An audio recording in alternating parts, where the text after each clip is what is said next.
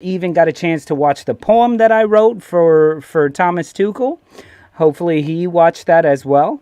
So let's get started and bring on my lovely co-host of the evening. It's Mr. Mark. What's going on, Mark?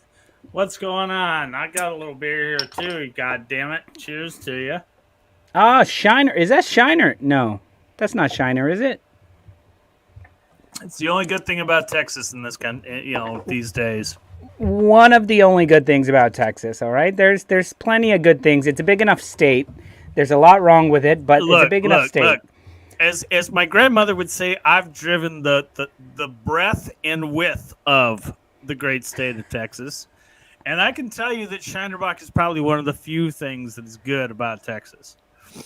Yeah. Okay. Few things. There you go. Not the only thing. Not the only thing. Yeah, it's true. We've got a few shouts for Naji coming up on the show, and no, he did pick the right time to leave the country, which was the day before Leeds United put a whooping on Chelsea. What?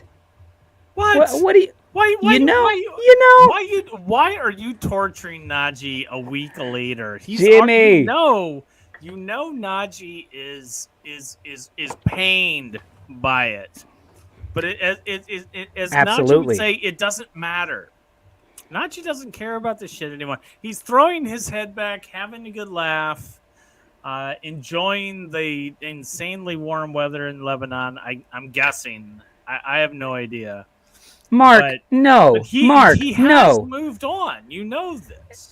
Yeah, but I cannot let him move on. For those of you who aren't in our WhatsApp group, which is most of you, Naji, today the Europa League draw came out, and so some of our Arsenal guys were talking about the Europa League draw, and they were like, okay, no reason we can't win this, blah, blah, blah. And Naji had the audacity to say, what's the Europa League? Never heard of it. I'm busy in the Champions League. So, yeah, I immediately posted a link to the Thomas Tuchel poem that I wrote. Tommy took the bus. I gotta say that was pretty ballsy on Naji's part, not to celebrate the fact that you guys, backed into Europe, but more importantly that he was just like, oh yeah, too bad you can't be in the penthouse with the rest of us rock stars. Yeah, but guess what? Meanwhile, Tommy took the bus. When Chelsea doesn't get out of the group stage, I think it's gonna be a whole different story. I'm not a believer in Chelsea this year, and which is why I left them out of my top four. Yeah, it's gonna be a rough season. Oh man, Yulebug coming in hot. He says we fucked Mark and Naji. Lolo, you next. Leeds. We'll see about that. I did say in my prediction show, first and third game of the season. I tell you Leeds fans, don't get too excited because I don't know, man. You done played out of your heads against Chelsea, and I respect what you did. You took it to them, but don't expect that every week. Do not expect that every week, and it just might start on Saturday with Brighton. Listen, Brighton's a good team right now. Brighton's a good team. How is Brighton a good team? A solid. You know why they're a good team? They sell all their good players. They are well managed. By as Macronomical says, by Lee Gunner's twin brother. Lawler actually said the same thing on the WhatsApp group. He said, "Has anyone ever seen what's his name? What's the Brighton manager? Graham Parker? Graham Porter? Graham Potter? No. Graham Potter? That doesn't sound right. I don't fucking know. Graham Parker from Ghostbusters? It might be. But he's like, has anybody ever seen him and Lee Gunner in the same place? And I was like, no, I don't think so. I have no idea what Lee Gunner fucking looks like, and that's all well and good. But I'm just saying is that people have been. I haven't seen Brighton play, but the fact of the matter is this: is that a lot of A lot of news outlets have been talking to Brighton. They did it last year, and they were very, very good last year, although a bit inconsistent. And I just don't think that I Well, don't think it's going to be that easy. Well, Mark, the past 2 seasons, I believe, we've been saying that if Brighton could score a few goals, they could be top six, but they always end up around mid table because they don't score goals. And then, as I was so pleasantly reminded, because in my prediction video today, I said maybe Neil Maupay scores, and somebody was like, Maupay's with Everton. I was like, oh shit, they got rid of Maupay. Now who's gonna score? Did they lend him out? I don't know. I missed that whole thing. I heard the whispers of it, and then I was on one of my vacations. All I know is that they got rid of just about everybody. They sold. Yeah, Ben Whitey's, Basuma. They're still doing well. Yeah. Well, because they're solid in the back, man, and they get their goals from all over the place. It's almost as if they said Yves Basum who. That didn't really work there, did it? Yves. But yeah, as Rob says, Suma. As Rob says, they sold their best players in the last 3 weeks. So it's crazy. However, they're still all right. They were doing that last year when they sold. Ben White. Did Ben White, Dan Burn? They would not sell Ben White to Leeds, which would have been a great pickup for them, especially because he played with them in the championship on loan. They would not sell him, and then because Arsenal came in with 50 million. As we are seeing, 50 mil is not all that much for an English player these days. Speaking of that much for an English player, just enough for an Arsenal team to put him on the bench. Ben White played what? He's played every match that he's been fit for. No, you just wait. No. Tottenham bought Yves Basuma, who has seen all of 5 minutes of playing time. He's seen some playing time, but surprisingly, he doesn't start. But guess what? You are holding him for Champions League. Yeah, and they got a lucky Champions League draw as well. And that's a great guy to have coming off to come in for that. It should be, yeah. So Yulebug has a question here, and you guys know, get in on the comment section. You know how easily Mark and I are distracted, and we will start talking about something else as soon as somebody asks us a question that we're interested in. So Yulebug says, where do you think Scum finish, Lolo? I don't know who the Scum is. Who's the Scum? Is it Chelsea Scum? United. A Manchester United. The Scum. Far too early to determine because they showed up against Liverpool. We talked about it on Monday. They showed up against Liverpool. Let's see, who did they get next? Let's see who Southampton. But Southampton tomorrow morning. But Mark, here's the thing about that. Here's the thing about that. Is it not sometimes easier to show up against the bigger clubs, like, for example, Newcastle against City, yet Newcastle could go and drop points this week to a lesser team? Is it not easier for Manchester United at home with their backs against the wall? Is it not easier to put in a performance? Let's look at Leeds. They dropped points to Southampton. I say they dropped points because they were up 2-0. Is it not easier for them to keep their feet on the gas, both feet, I guess, on the gas, because they're playing Chelsea at home? You know. Let me ask you this: if Leeds can get the bump from beating Chelsea, why can't Man United get a bump for beating Liverpool? And they played their hearts out. I don't care. Mark, I think you and I were the only ones who gave them any sort of respect on that Leeds show that we did. I wanted to make Eric Ten Hag my fucking manager of the week until Rhiannon decided that just wasn't cool, and she wanted to stomp all over my dick. Well, they will never say anything good about Manchester I don't, United. but see, I don't give a shit.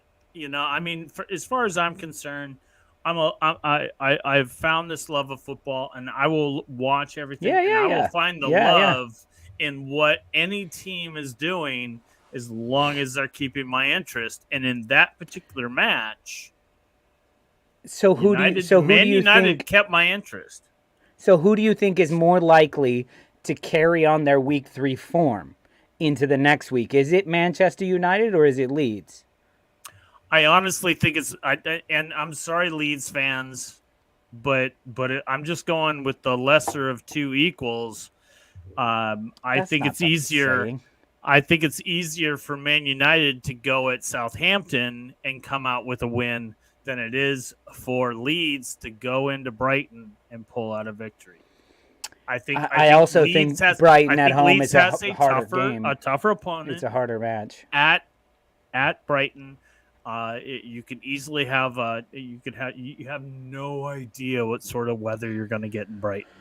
Yeah, You know, but I mean, like, listen to Via Martin here. He says, "Behave, Mark. Liverpool haven't turned up yet this season, and there's something to be sure, said about that. Chelsea have sure, showed up. Chelsea looked very good against Tottenham for a while. sure, And I sure. hate to say that I am on their side of like that was a one-sided refereeing I just that oh no match. I think we can all agree that there was some cooking going on. I didn't like it.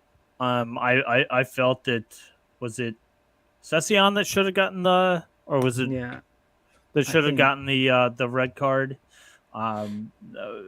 It's not the case, so we move on from there. But I do think Leeds has the tougher, the tougher road, to go into Brighton and pull out a win. I think that I think it'll say a lot about Leeds what we see in this game.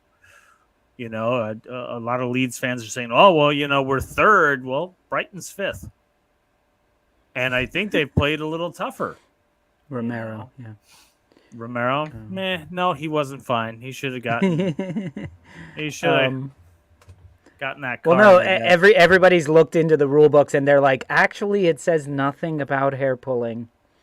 I know the NFL has a very explicit rule of any hair that extends past the helmet is considered part of. It's part of the uniform, absolutely, and that's.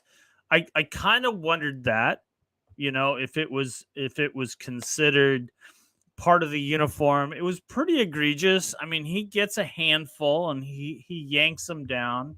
But I don't necessarily think that. I don't know. There's so much that goes on in the box during a corner kick or a free kick, and look, man, it sucks. It sucks when it's your team and you don't get the call. But on the other way around, you say to yourself, or it's like, well, if it's your team, it's like, oh, we didn't get the call, so whatever. Villa Martin, what did he just say there? He said, can't disagree. We have a tough game this weekend. The one thing is we will always be above scum and whatever the results. Oh, and Wolves. Oh, and Wolves. Oh, and Wolves. Hey, remember last year when Arsenal was 0-3 and they finished in fifth? I'm not saying we're going to finish in fifth, but I think we're going to be fine. Did y'all see the Tottenham game? I felt we deserved a point. We didn't get it. Yulebug says, Lolo and Mark, what do you think about American players so far for Leeds and manager and massive support for Leeds are getting from America has gone crazy?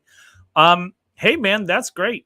That's amazing. The fact that football is getting a little more of a boost in the States. I mean, it would be really cool just to have it kind of take off. I mean, it's been kind of bubbling below the surface for damn near 50 years out here. I want to ask this.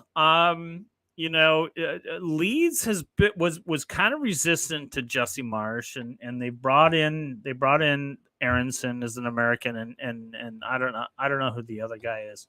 But how do you feel about a guy like when you finish your match, Yo. win, especially when you beat Chelsea, and you see a guy come out draped in an American flag? That seemed a little weird to me. So you Leeds fans out there, tell me what you think. Tell us what you think about seeing a player draping himself in an American flag and walking out and celebrating the victory. Do you not care because you got the 3 points, or is that kind of shocking? Is that kind of shocking because Why would it be shocking when Rafinha runs out with the Brazil flag? Seen that. I've never seen that, so I can't comment on that. But what I am commenting on, and there's a far more Brazilians playing in the Premier League than there are Americans. So to me, you should. It's like if you come from a smaller country, a smaller footballing country, fucking rep your flag. It's an international sport, so okay. I'm all about that. No, Mark, to answer some of that, they're already selling LUSAFC flags, which is the American flag with the Leeds and a US, the Leeds badge. I think it's the Leeds flag with the American flag. You have no idea like what that flag looks like, but you could actually make a flag and then it'll be okay. No, I saw it on All Leeds TV today. They're selling them in their shop, and I was like, damn, we should be selling those. But no, let them sell them. You sell your own. What are you doing watching their show? I watch a lot of random shit while I'm walking around the house and doing stuff. He also watches a lot of porn, too. In those Not blue these days, hours. man. I just don't have a lot of fucking time for that. A lot of fucking time. There's not a lot of that either. No. Hey! Trying to work, trying to run a channel, trying to create content, and raise 2 kids, and be a supportive husband as best as I can. End of the day is lights out. All right. Well, I wasn't trying to say that there was anything happy hour. Untoward. I didn't want to say there was anything untoward. Toward I think it was Tyler. Was it Tyler Adams? Tyler Adams wearing the flag. I didn't think. Sorry, you run your ass off and you play Jorginho off the pitch. You play like fucking. Just wondering what the Leeds fans felt about that, because I haven't seen that before. You don't see Pulisic coming out wrapped in an American flag when he comes out onto the pitch. Because he doesn't. Chelsea wins. Because he doesn't ever play. He doesn't ever fucking play. So to me it was a bit odd. It was a bit foreign. But again, I've only been watching for just a few seasons. Yulebug says, to me, him in an American flag makes me proud for him, Mark, even though I'm from the UK. To do that is to be resist, Mark. I don't really understand, but thank you for naming me twice. Does he mean racist? Is I would be racist, Mark. No, maybe not. That is racist. To be racist, Mark. I'm not racist. I'm not a I'm not a racist. I'm not a rapist. I'm not a racist rapist. And for all of you, if you've never had a chance to see you be a racist rapist, what are we? Where is this going? I'm actually thinking of Todd Margaret, the Incredible Misadventures, or whatever that show is called. Oh man, what a great terrible show. Okay, so the first season's amazing, and you leave it at that, but then you watch the second season, and it just rips you apart. I'm not a racist. I'm not a rapist. I'm not a racist rapist. Well, okay. Which I'm surprised you're just not quoting away, because that seems because like I watched it when it came out, and I don't remember any of it, but that just makes me think of when on Arrested Development when David Cross once again gets his new license plate or whatever, or for the where he's the anal rapist. The anal rapist. Yeah. Or I'm the first anal rapist. Anal rapist. Anyway. Probably one. I'm sorry, but David Cross's character in Arrested Development might be one of the greatest of all time. You know, when did I tell you? It just one day. Sorry, yeah, you're totally right, and I'm cutting you off because you're totally right, and I 100% agree. But one day, my wife and I were going out to eat, and we were like, you know what? Let's try this awesome sushi place that's right here on 7th Avenue. And we're walking over there, and then I realized, like, I'm wearing a white shirt with black stripes across the side, like just a normal white shirt, black stripes. And she's wearing a white shirt with black stripes. So we're like, she's like, no, mine are very, very dark blue. Very, very, very, very, very dark blue. And we're like, okay, we're kind of dressed alike. And then we sit down and we're like, oh God, the guy next to us is wearing a white shirt with black stripes as well. Oh fuck. And then I'm like, that's David Cross. That's fucking David Cross sitting right next to us wearing the exact same shirt as all of us. And you saw him look at us and he just went like, oh God, they're going to talk to me. And I was like, no, we're not going to talk to him. We all know. We all get this. But that's totally something from a David Cross show. Like it would have been a David Cross show. No doubt. I actually had, and I'll be very brief with this, but I also had an encounter with David Cross in South Carolina. And I'm in this barbecue joint that looks like a VFW hall. I mean, it's like very open. It's all long picnic tables. You order at a counter, you go and you sit down. And we're in there for a little bit, and all of a sudden we hear this voice, and he says, "Hey, everybody, it's my birthday. Let's all sing. Happy birthday." No, seriously, it's my birthday. And we look over, and it's David Cross trying to get the entire room to sing happy birthday to him. And this goes on for an awkward 20 minutes. I kid you not. He's like, no, seriously, let's all do it for real this time. No, come on. It really is my birthday. You're making me sad on my birthday, and no one should be sad on their birthday. I have a feeling most of these people in the comment section don't know who David Cross is. Oh my God. Y'all need to No, you need to watch Mr. Show. Google Mr. Show. No, you need to Google Mr. search. Show, yes. No, Todd Margaret. No, but Mr. Show was the best with Bob Odenkirk. Because it's in London, it's in England, and he says his family's from Leeds. And really? He's drinking the Thunder Muscle.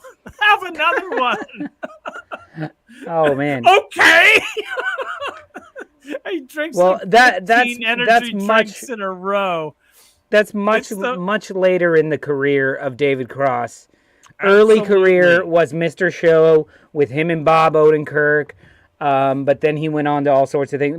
One of my favorites was Ass Pennies. You remember Ass Pennies or no? There's these two guys playing golf, and one of them's Bob Odenkirk, and the other guy's like, "How are you so confident?" And he goes, "I'll tell you how I'm so confident. Ass pennies." What? Ass pennies. Every morning I get a $1 worth of pennies, and I shove them up my ass. And then I take them out and I disperse them in the world. So if I ever get nervous, I just look at that person and go, he's probably got a pocket full of my ass pennies in his pocket. So, yeah, fun shit. Have you seen his little take on the Bible, where it's been rewritten and rewritten and rewritten and rewritten and edited and then rewritten and rewritten? Is this him? Who is this? David Cross? Yeah, that's David Cross. That's him, Cross. looking cool. He never looks cool. Yeah, This is the coolest he's ever looked. He almost looks like my weed dealer. If we had weed dealers anymore, now we just have customer service associates. Yeah, we have a shop. I've switched over to thick haze. I don't know what that is. Bug is wondering if I can just say, Bug is asking, is Mark going to be me on here if he goes down, Lolo? That's a question. I'm not really sure what that means. Going to be on here, but Bug is in the gargle. Gonna say that, like, is it if my team is relegated, will I still be on this show? Are you still going to be watching? Of course you are. And of course I am. The answer is, Mark, can I answer for you? Do you mind? Oh, no, you please. Please go ahead. Here's the answer. So let's ask the question again. Is Mark still going to be on... Sorry about that, John. Is Mark still going to be on the show here if he goes down, Lolo? That's a question. When the fuck do we get to talk about Wolves in the first place? We're in the Premier League and we never talk about Wolves. So of course he's still going to be here because we never talk about Wolves, unfortunately. It is a bit unsettling, but it is something I've grown to expect. But no, my team is not going down force yourself. Because, as I had mentioned earlier today, what did he? Bremers goes says Wolves get relegated. Mark can become Ben Bloom. Ben Bloom has a great channel. I don't know what that means. He's got a great channel. Ben Bloom is awesome. Ben Bloom is awesome. But he covers a lot of the championship. He covers other stuff too, like big news. But I just want to ask Master, you all. I mean, one second, Mark.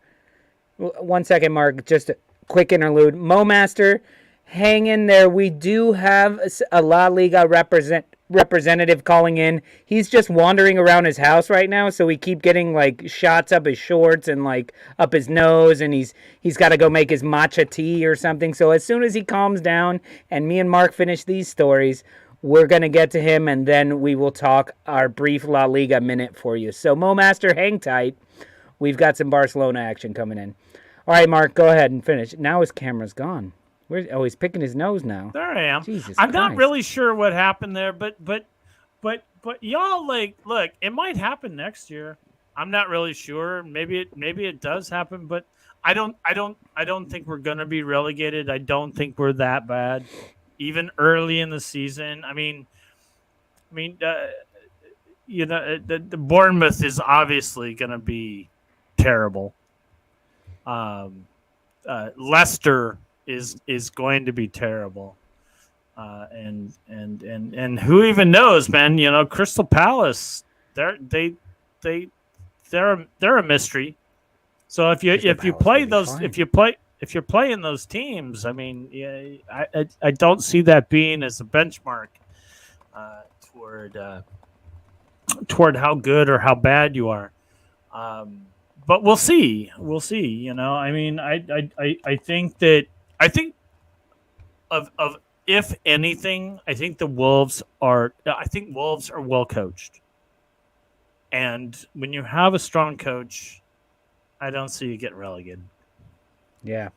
I think you guys are fine. I think Crystal Palace is fine. I think so too. Even if you lost Neto, which Rob G is poking a wound at. Mark, are you ready for a little La Liga minute? That's a good answer. Okay, so I don't know if you froze or I froze. Is that you? Yeah. Are you just messing with me? I don't know. I can't do it forever. Okay, good. Jesus Christ. You're fucking... You know my internet is bad right now. Well, I have no desire. Times Square and make some money. I have no desire. We make more money if we stood in Times Square like that. Either way, we've been telling Mo Master that we will talk a little bit of La Liga here and there. So let's bring in one of our stoopers who lives just down the street from me and who loves to come over and interrupt our Premier League sessions to yell about Barcelona. So let's bring him in. It's Alan Cooler? Oh my God, cool air, but nice one. What is Cooler? It's a That's Barcelona. not your last name? Cooler. Oh, okay. Cooler. Culo, maybe. That's where it Alan, comes from. DJ Alan Nieves, chilling right here. Alan, how are you, man? Talk to me about this stupid scarf you're wearing. I'm good, man. This is a scarf I got from a Champions League game. Never heard of it. Barcelona. Yeah, I don't. It Well, was that's a final. because I it's don't been know about if, 20 years since you've been in one. It's been Mark, about 5 Mark. since we've won one, but yeah, it was from a final, which I guess as an Arsenal fan, you. Oh yeah, you did go to one. That's right, in 06. Forget how that. Shut was. up. Shut the fuck up. Wait Well- a minute. Arsenal has actually gotten out of the group stage in the Champions Mark, League. I don't know. Jesus fucking I've only been Christ. watching They football did. for a They very had a short good period of squad time. in 06, but then Jens Lehmann decided to foul. At Bullshit Lolo. yellow cards, bullshit offsides, You know. gave Barcelona the title. So Well, you also fuck had a off. man sent off in the first 30 Can minutes. you That's call never good. 1-800-SUCK We had a it man. up? Mark, Jens Lehmann, God damn bro, it! that was terrible. We're supposed to be a united front against Barcelona right now, and you're really fucking this up. I have no reason to hate Barcelona. I have. You no know what? care. I And actually- like Arsenal. I Let me just actually- say I like Arsenal as a team. They play a good style of. I actually dislike Fair. Real Madrid, but you're making me really dislike Barcelona right now. I have no, not you, I Alan. do Mark not is. care. Mark I just- is I making. do Dude, we're not the little care guy. Did you see about our group? Did you see Barcelona, their Real group? Madrid. The little guy. Yeah, look at Liter- the 15 Champions Leagues, and they get drawn with Shakhtar Donetsk and like a farmer's team you've never heard of every year in the group stage. Like nobody. Did you guys my read We God. have what, Bayern like, and what Inter Milan and fucking PSG and the dream team from 1992 Olympics with MJ. It's Did- like they give us the hardest group every year. I don't Did know. you guys read what Casemiro said about when he was not going to be available to play in the Champions League? He says, "I don't care. I have 5." Yeah, I saw that. He was like, I'm Oh cutting my for it. God. Well, Mark, That's since some, you and I like, know, balls. fuck all, I think that's a brilliant comment. Since you and I know fuck all, let's go ahead and bring in Chris from Dirty Jersey because he knows a little bit about I'm not as good as a Alan. little bit about Everything? champion, about La Liga and all that. Good to see you, He's gonna Chris. be like, "Oh What up, yeah, Chris? like the Turkish What's up, league. Al? I can How you tell doing, you about that." I'm glad you wore our away kit color of gold. Appreciate that. All right. Looking good, man. Lolo too. So, Chris, we've got some shit to talk about. I would love to talk to you about what the fuck is wrong with your club. But since we have Alan here, is there anything you want to mention about the Tie these Champions two League together. draws? Just sell us Frankie De Jong so we can punk United, and that would be, and then you could Ultimate. register all your players, and then we're I would good. just love it if it was like a 4-day process to get Frankie De Jong, and they're like, "We've been trying for like 4 months, man." Yeah. You're like, "Yeah, you're fucking Manchester United, and they're Liverpool." Yeah, Not a hard choice. I'm not really sure. Wait, are you find selling that Aubameyang to today. Chelsea? I don't know. So today, basically, the news today is that It sounds like it. Yeah, the news today is that like Barcelona was trying to sell Aubameyang to register Koundé, but they had the money to register Koundé. Just the way that La Liga accounts for like income, it looks back over the past few years. So obviously the pandemic like is fucking all these clubs over. That's why Sevilla had to sell Jules Koundé in the first place. That's why Real Betis are struggling to register players. It's why Real Sociedad sold Isak for 70 million, which is ridiculous, by the way. I like him as a player, Isak, a lot, Me but he's too. like 10 goals for 70 million. He's to not Newcastle. 70 million. I think he's Not going to 70 score million. more than 10 goals this season. I think He's gonna not do 70 very, very million, well. man.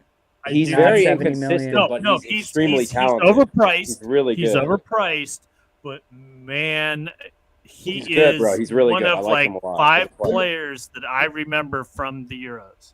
But this is the No, thing, like he's in very England, good. He He's was very good. amazing. It was Everyone him, loves very it good. 70 was million in Memphis England. Depay, and it was who's the guy that went to was it Brentford? The guy, the Damsgaard from Denmark. Damsgaard went to Brentford. Yeah, Anyone? I honestly can't keep track of 70 million transfers in the Premier League. You guys are throwing out 90 million for Anthony. I don't get it. All Nottingham Forest has spent more money than Barcelona and this year, but we're the problem. I mean, Nottingham Forest is spending their money from. I don't get it from being brought up. So that's Nottingham Forest has they have a history of robbing the rich and giving to the poor. I was going to say. Well, in the case of Morgan's Give White, they've made themselves poor. I tell you, the sheriff of Nottingham is not happy with this spending spree. He wants more money in his pocket. Sorry, but he wants to tax Morgan these Gibbs guys. White was going to be. He was not worth nearly 50 million. And if he's worth 50, I just wonder what Arsenal is going to overpay for Pedro Neto in the next week. Bro, if Pedro Neto was Peter North, he would be 80 million if he was British. But Pedro Neto, no. 50, Peter 60, North has his good. own thing going on that it sounds like you're familiar You're with. not getting off that way. He doesn't need a transfer in football. He's got his own. But for real, you're they're talking about Anthony Gordon. Anthony Gordon from Everton. They're talking 50, 60, Lolo, 70 million. We're going to need to see a Peter North highlight reel. Please upload one to that now. But if it was Antonio Gordano, it'd be exactly. 13 million. Is it a case that the Premier League is so thirsty to just keep winning the Champions League over and over and over again? Because oh no, it totally is, Alan. It totally is, because what we've seen in this particular season, last season was the rating of the other leagues. We were bringing in people from transferring into the Premier League. It was the Bundesliga, it was La Liga, it was Serie A, and all these quality players last season came into the Premier League. And this year, it is this, the cream rising to the top. I mean, you see Richarlison going from Everton to Tottenham. You see Jesus is not really a great example, but you even saw it a little bit last year with 45 million for Jesus is a steal compared to what they're playing elsewhere. But Ben White was 50. Excuse me. Hold on. What I'm saying is the cream rising to the top. So Jesus going from City to Arsenal is not the cream rising. Richarlison going from Everton to Spurs. Grealish going from Villa to City. That's the rising that I'm talking about. If Neto was to go to Arsenal, Jack Grealish's name was Juan Grealiño, he would have gone for 50 million pounds. But there's an English Calvin Phillips. You want to talk about the most egregious bit of spending? And it was just ridiculous. And then they turn around and get Haaland. I mean, that's just not. Dude, not but fair. You look at their books, Mark. Their books are. Man City is spending the least because they can also sell. I think they sold their second or third. Well, I mean, they're third or fourth keeper for 12 million. We sold Leno for 4 million. Are you fucking kidding me? They sold Sterling. I mean, that was 80, 90 million right there. Their books don't come from transfers, man. Their books are drenched in oil and stuff and backed by a country. I mean. No. Man City actually does better business, though. They do because make some money now, their secondary, their bench players and beyond are worth more. What I was just saying is their third or fourth goalkeeper was sold for 12 million. Meanwhile, we have Bernd Leno, who could be a starting keeper on most of the teams in the league, and we sell him for 4. We sold him for 4 to Fulham, 4 million. I think the one this isn't a big name transfer, but it's indicative of where the Premier League is right now. Nottingham Forest bought bought a striker from Bordeaux for 5 million, and then loaned him out to Olympiacos, which is the owner's other club. Like, was that the Korean? Yeah, I mean, the idea that a newly promoted club has enough cash Exactly. to spend on players that they loan to the Exactly. owner's other team. Oh yeah. It's I ridiculous. mean, there was a Wolves player that they sent somebody out on loan, and Yeah. they immediately like sent him out. I mean, you're not seeing like it wasn't Vinagre, but it was But I somebody. mean, let's talk you're about not this seeing, like, Aubameyang Las thing. Palmas do that, or Tenerife, or whoever got promoted in La Liga. Like, Wait, is that true? Kasper Schmeichel went for 1 million. yeah. 1 million. Kasper Schmeichel was just like, I don't want to be here anymore, and I honestly think it fucked Leicester, because it was like literally like 6 I think days he before. kept Leicester up. I agree, but he left like 6 days before, and Ward he's terrible. He is not meshing He's just not meshing well, and he's also 32 years old and much smaller than Schmeichel. They have like three bad goalkeepers. Yeah, because they had Kasper Schmeichel, who never gets injured, never played every. Hold on, Alan's got to respond to this. Let me say something. This is a good point, because let me just preface this by saying that every Barcelona fan has been traumatized by our own spending over the last. Like, Bartomeu was the worst president we've ever had, but he got reelected in 2015 because we had just won the Champions League. Sandro Rosell had to resign because of Neymar, but you knew this guy was bad business. So all those transfers, like, I was going to say this before I brought up like Man City, but we spent 430 million pounds on Coutinho and Griezmann, who were both completely useless, and like in a team that already had Messi. Griezmann plays the same position, left-footed guy who likes to drift in from the right. And Coutinho, we don't play with like a number 10 in Barcelona. We don't play with like a falso, which is like a false, a number 10. Yeah. I mean, like we play with like a 9, and then Messi, who does whatever, and then like a winger on the left.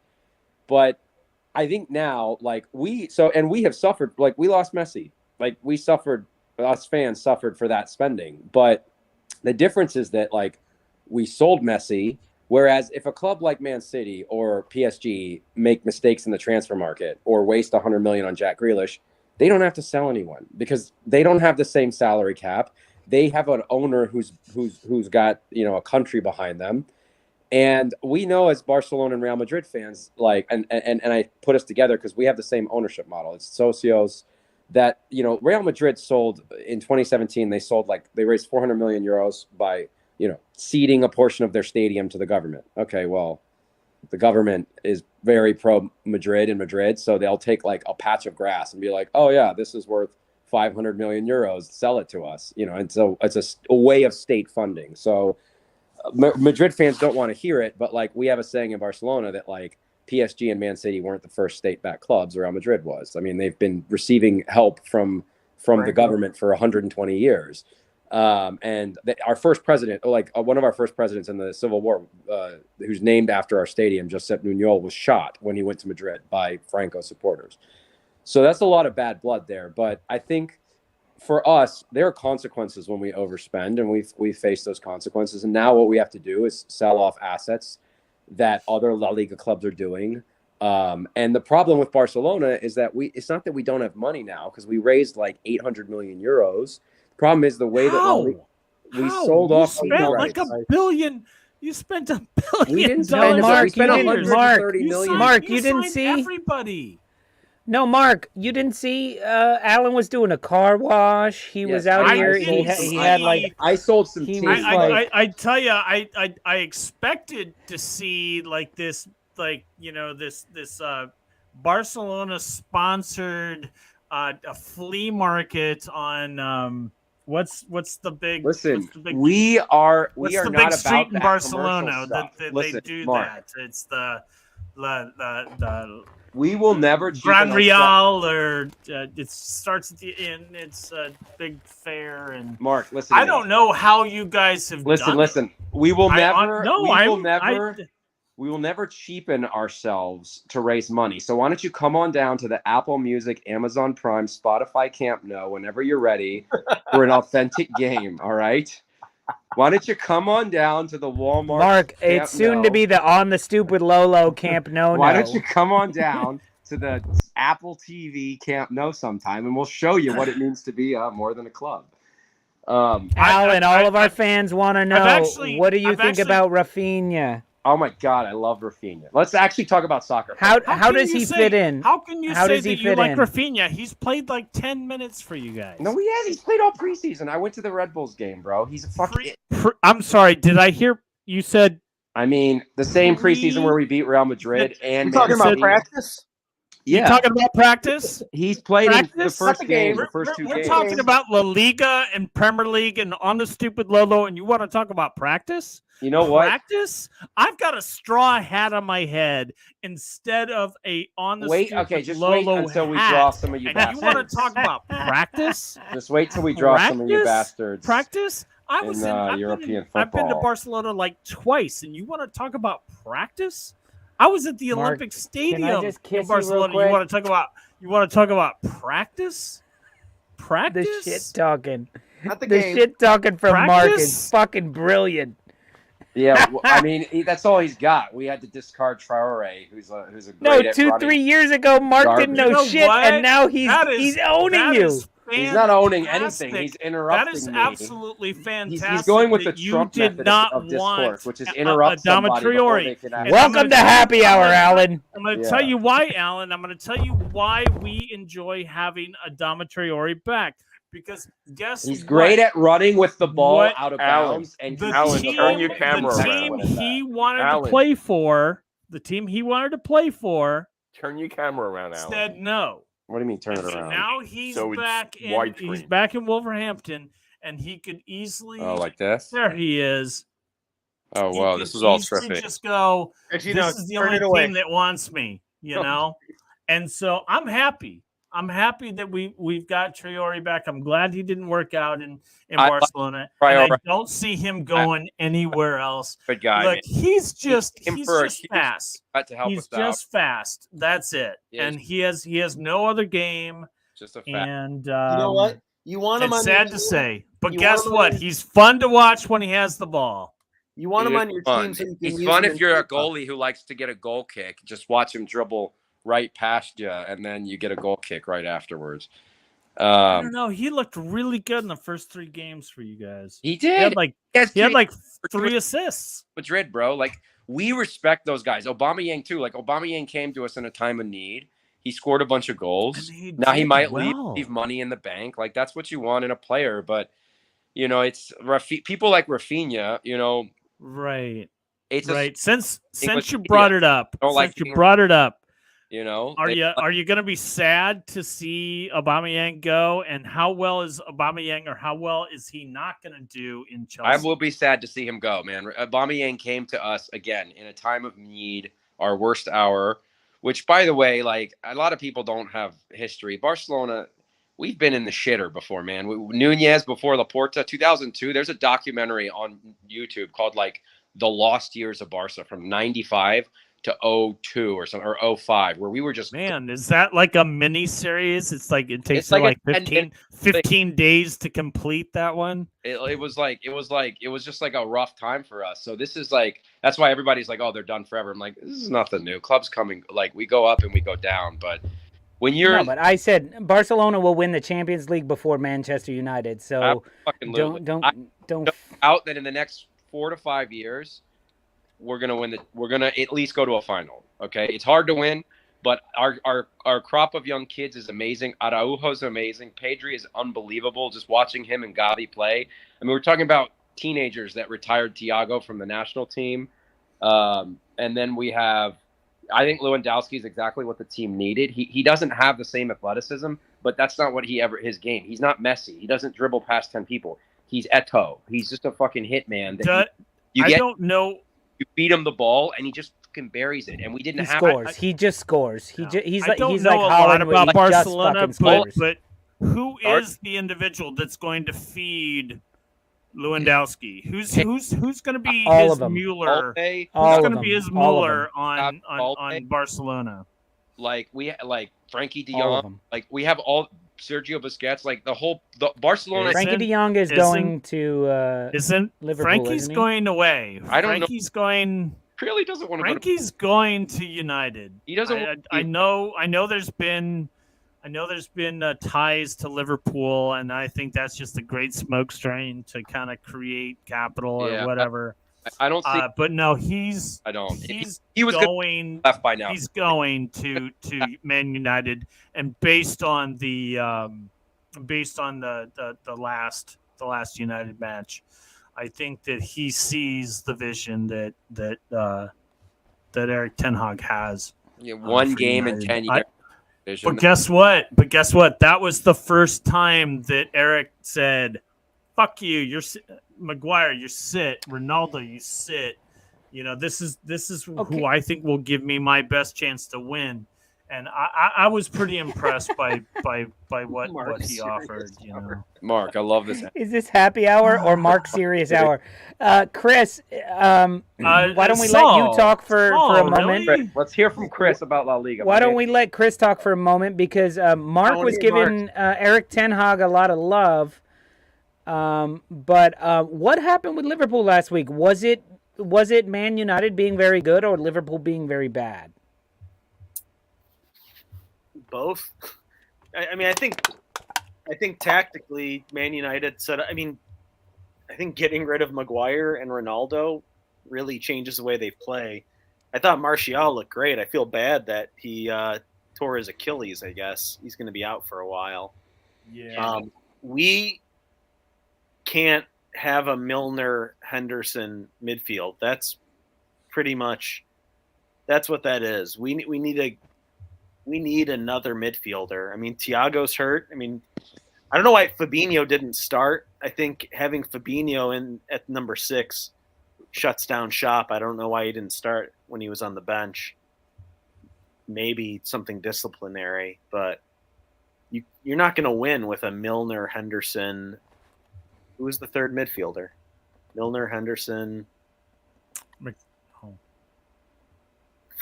I can't even think of it.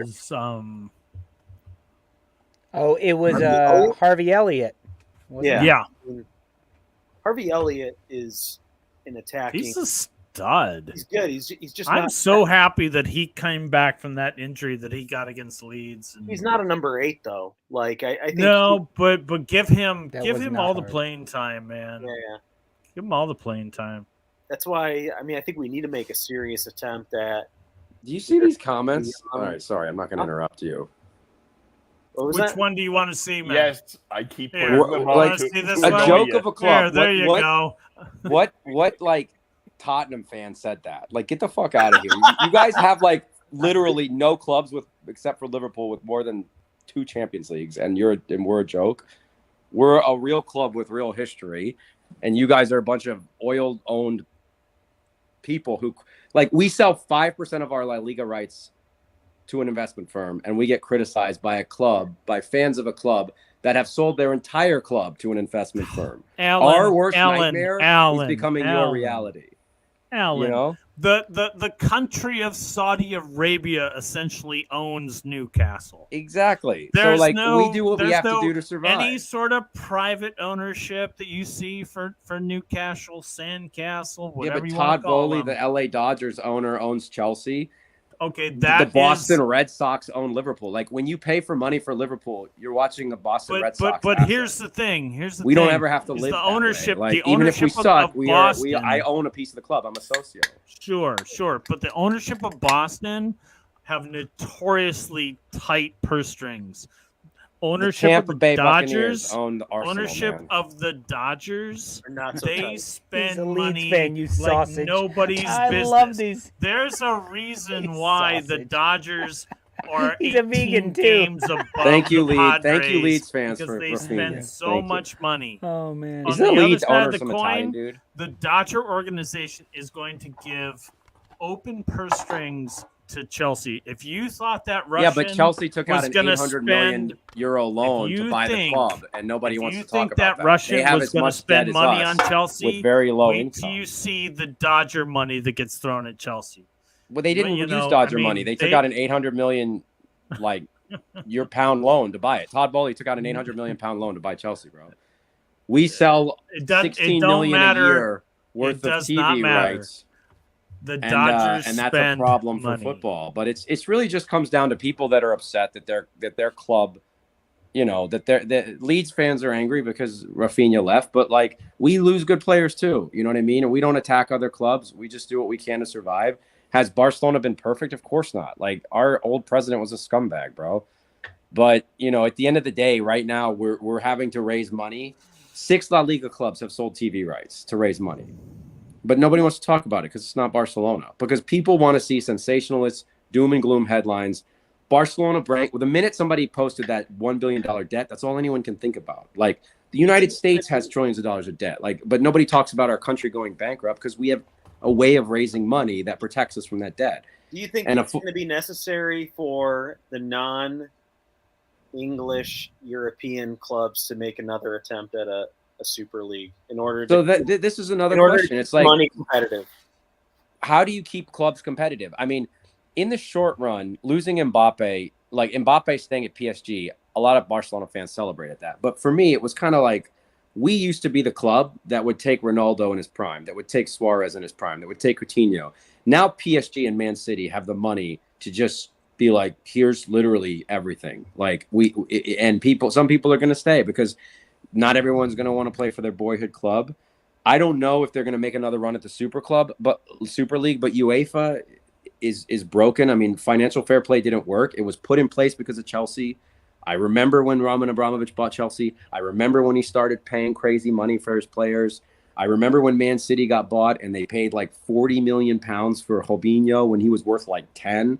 And that started inflating wages. So then Barcelona and Real Madrid pay a bunch. And like, people don't realize where these wage and these transfer fees started going crazy. And, I think it's easy to target La Liga clubs because we have an ownership model that's different, that requires us to like do weird shit, like sell. Like, I didn't even know Barca Studios is a TV studio channel that we sold 50% of for 100 million euros to 6th Street, the same firm that bought Real Madrid TV rights in 2006. So these are ways that clubs survive. I mean, we could sell ourselves to a country if we wanted to, but that'll never happen because people won't stand for it. So I don't know what the answer is in terms of making it more fair financially, but when you have like Nottingham Forest spending this kind of money and a club with as big of an earning potential as Barcelona. This is also the big myth. They have billions of debt, but they have several billions more in assets. Exactly. Assets minus liabilities is equity. There's still a lot of equity in the club, right? Exactly. Like, people look at that. That's why I brought up, like, that's a better way of saying, mortgage on your house. It doesn't mean that you're man. You own the house. Well, that goes all the way to like where I was furious with Messi when he went to PSG, because I was like, look, you have the chance to completely change an entire club. Imagine if Messi went to a club like, let's say, Leeds, for example. Yeah. Whatever it costs to get him, you would probably make in that first week in jersey sales. Yeah. And that's even what that's the thing for Barcelona is like, if we sign Lewandowski, the jersey sales are going to cover a lot of that shit. And all of this, for what it's worth, going all the way back to when you said Aubameyang came to you in your time of need, the difference, we have to talk about club tax. Like, to buy a player for a club like Arsenal to buy a player versus a club like, or even Nottingham Forest versus a club like Barcelona. Look at Rafinha. He knows you may not have the money to actually pay him what he's worth, but it's a boyhood dream. All of these players, it's a boyhood dream to play for Barcelona, Real Madrid, Manchester United, Arsenal, Chelsea. Like, not Chelsea, but there's these where they will go on the cheap. That I've actually had with some of that, and that people go on and say that, oh, it's a boyhood dream to play here, and here, and here. How did it become that boyhood dream?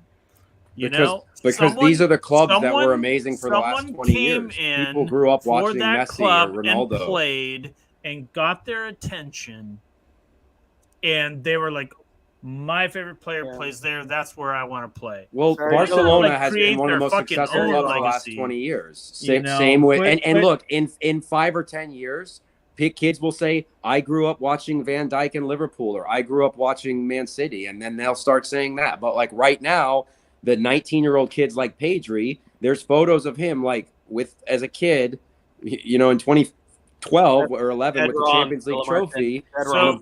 And that's going to keep going. Like now it's going to change because it's like all those kids that have grown up watching Barcelona and Real Madrid who've won 9 Champions League since 2006 combined are going to start rooting for other clubs, right? And Man City is going to be one of them. I'm sure of it. Like in England, kids, I saw a Man City jersey on my block the other day, and I remember like you didn't see those for 10 years, even, you know what I mean? You just didn't see them. That was Lolo. You don't see that in Brooklyn, but Alan, since you brought it up, I want to ask Chris this. Virgil van Dijk, does he still want to play for Liverpool? Because he looks super uninterested against United. Super uninterested.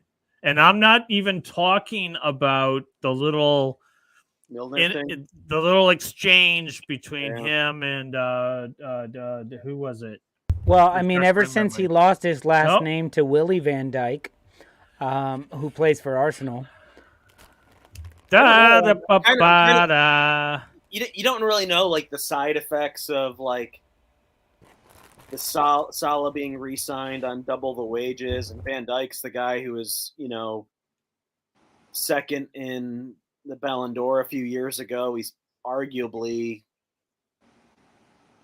the most at his best, the most important player on the team. Like, I don't know. He probably could get more money elsewhere.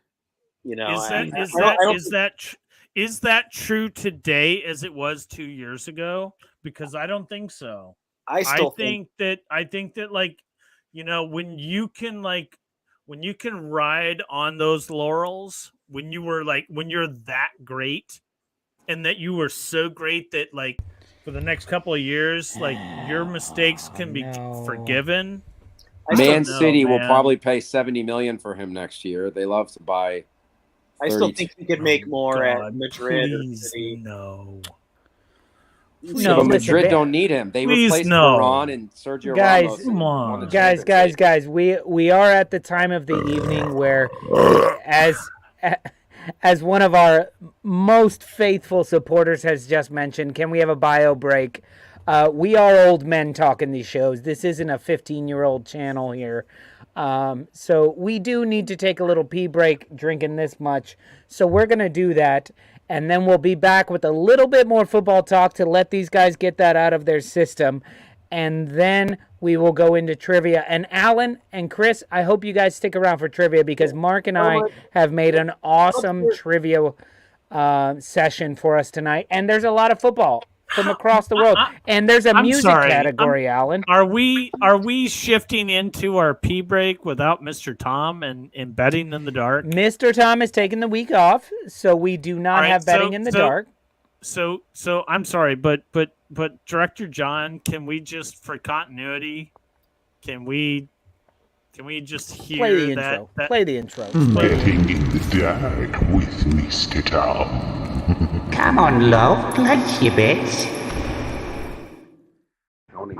That is the best intro to ever. me, that makes my bladder loose. That is the best one. So guys, that's too much information. That's way too much. So guys, it's time for our old man pee break. You should speak to your urologist about that. So my urologist says you're fine. So we've got something special for you guys today. If you haven't had a chance to listen to it, we are gonna listen to Tommy Took the Bus. So if you haven't had a chance to listen to it, we're gonna go ahead and play it for you. Crack it on, John. Let's all go pee. What's going on, everybody? It's your boy Lolo. As you may or may not know, on this channel, this is not particularly a Leeds United channel. This is a Premier League channel, and a bunch of me and everybody else on the channel support all different clubs. But over the past couple of seasons, we have been inundated with Leeds United fans who have liked a lot of the stuff that we've been doing in regards to Leeds United. So that being said, we've got a lot of love for Leeds United, and we really follow the club, and we really love interacting with the fan base. So when I heard Thomas Tuchel come out with these comments after the 3-0 just demolishing by Leeds United, I figured somebody needed to say something. So I'm going to say something, and I'm going to put it in a poem, like I do. So Stoop Crew, Leeds United fans, this is for you. The third match of the season, mighty Chelsea at Leeds. 3 points in the bag, said all the Twitter feeds. The Blues were well rested. The gear was all sussed. But the match would be ruined because Tommy took the bus. It wasn't young Brendan making Mendy look lame. It wasn't Rocco or Jack or even Dan James. It wasn't leaping Rodrigo with his head on the ball. In fact, it had nothing to do with the Leeds boys at all. For you see, all was ruined. This world is unjust. The staff was all knackered because Tommy took the buzz. But it wasn't even a contest. It was 3-0. You had Jesse's skinny jeans jumping in the bright Yorkshire sun. But Tuchel had not a word of praise for his foes. It wasn't Leeds, it was us, were the words that he chose. Not the 11 kilometers more that the Leeds lads had run. Not the more shots on goal, like what, 2 for everyone? Not the offside traps by a stout back four. Not Tyler Adams playing like he wanted it more. Not Mellier's saves. Not Jack and Dan's pace. Not the precise pressing by the dude from the States. No, that was an own goal. He called it that twice. BA pressed, then stole, no-look tap in, quite nice. But no, Tommy T had nothing good to say. Our plane never came. How do you expect us to play? Look, you got outmanaged, outplayed, outrun. Marsh made his 5 subs in the end just for fun. Every 50-50 ball Leeds won with a toe. This wasn't a match. This was just all a mighty Leeds show. The chants rang out, and they just wouldn't quit. From marching on together to your support shit. Heads down, tails tucked, Chelsea fans walked away, back to the bus with Tommy T, and fuck all to say. It's a long ride home, about a 3-hour drive, but hey, at least Sterling didn't get booked for a dive. So man up, Mr. Tuchel, before your legacy is dust. Blame yourself, blame the players, but don't blame it on a bus. Leeds United got you that day, and it may not happen again, but give them boys some freaking credit on a hell of a win.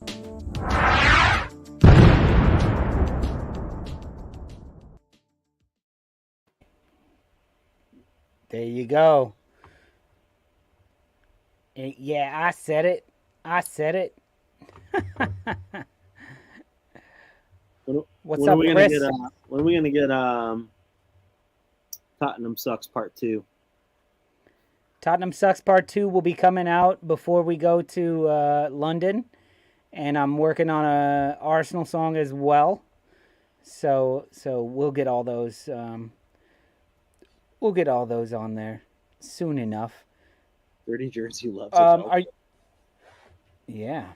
I just looked up Barcelona's valuation. So that is $5 billion. 3 Leeds love songs to 0. So it's 3-0 Leeds in the love song department. He's wearing a yellow shirt. I mean, it does have a cannon on it, but it's pointing the goddamn wrong way. It's a little Johnny Rotten. That's the best. It is the best. I've never heard anything funnier. But you know, Lolo, I gotta hand it to you. The poem. I mean, it is. Thank you, man. Very, very good.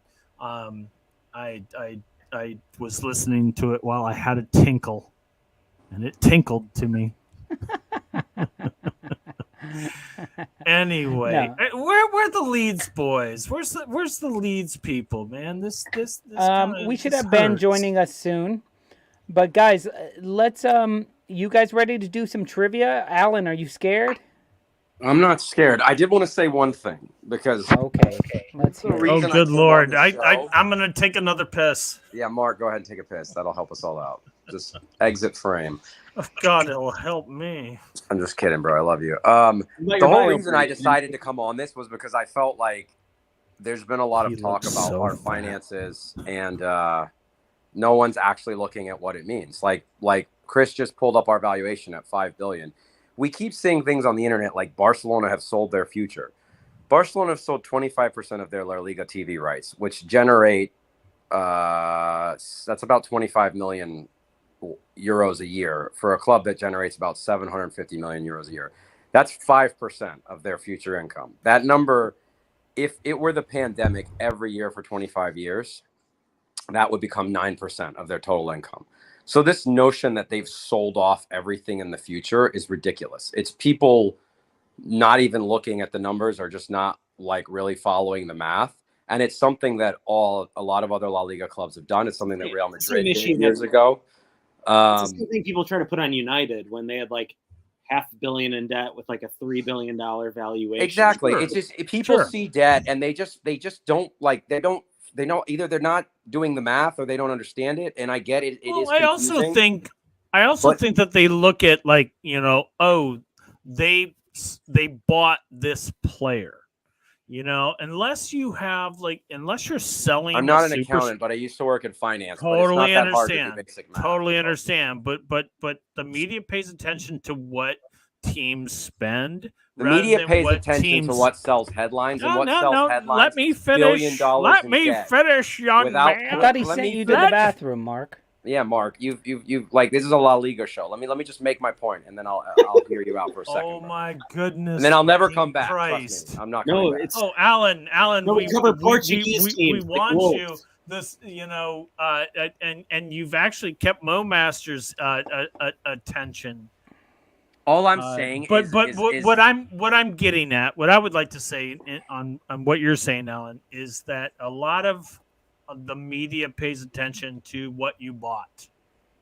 They don't necessarily, unless you're a superstar, they don't pay attention to what you sold or what you loaned out.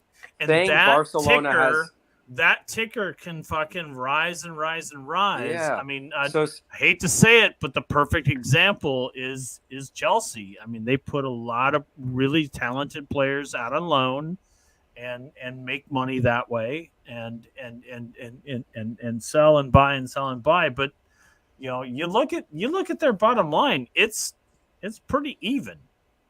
It is even, but they've also we'll see how they do without Roman Abramovich. Like the net investment from their owner over the last 15 years has been over $1 billion. We don't have an owner. Let me tell you, the Dodgers are going to spend on Chelsea.